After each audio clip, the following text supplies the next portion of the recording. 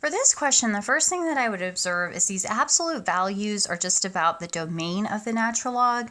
So remember, when you talk about the natural log, it has to be that it's defined for only positive values. So we always need the argument to be greater than 0. And so the whole reason why they're putting absolute values here is to ensure that this argument is greater than 0.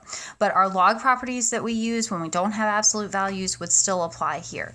So what I would first do is simplify this using your log properties. So using the log property that says that if you have one division inside the argument, that becomes 2 logs subtracted. So if we start that off, again, this will still be y. You have not taken the derivative yet. And you have the natural log absolute value of cosine x minus the natural log absolute value cosine x minus 1. Now, you can look in our textbook, but when they have these absolute values, you have the same exact derivative rule. You have the argument's derivative over the argument, and you lose the absolute values.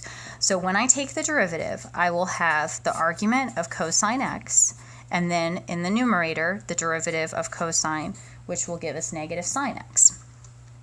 Minus, here I will have cosine x minus 1, and then in the numerator, the derivative of cosine, negative sine x. The negative 1, of course, going to 0. So for both of these, we're using the derivative of the argument over the argument.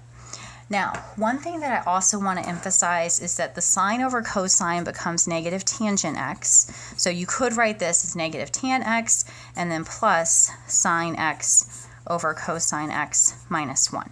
But again, this question is really hinging on that if you take the derivative of the natural log of u, that is going to be u prime over u. So it's going to have the same property that we talked about when there were not absolute values.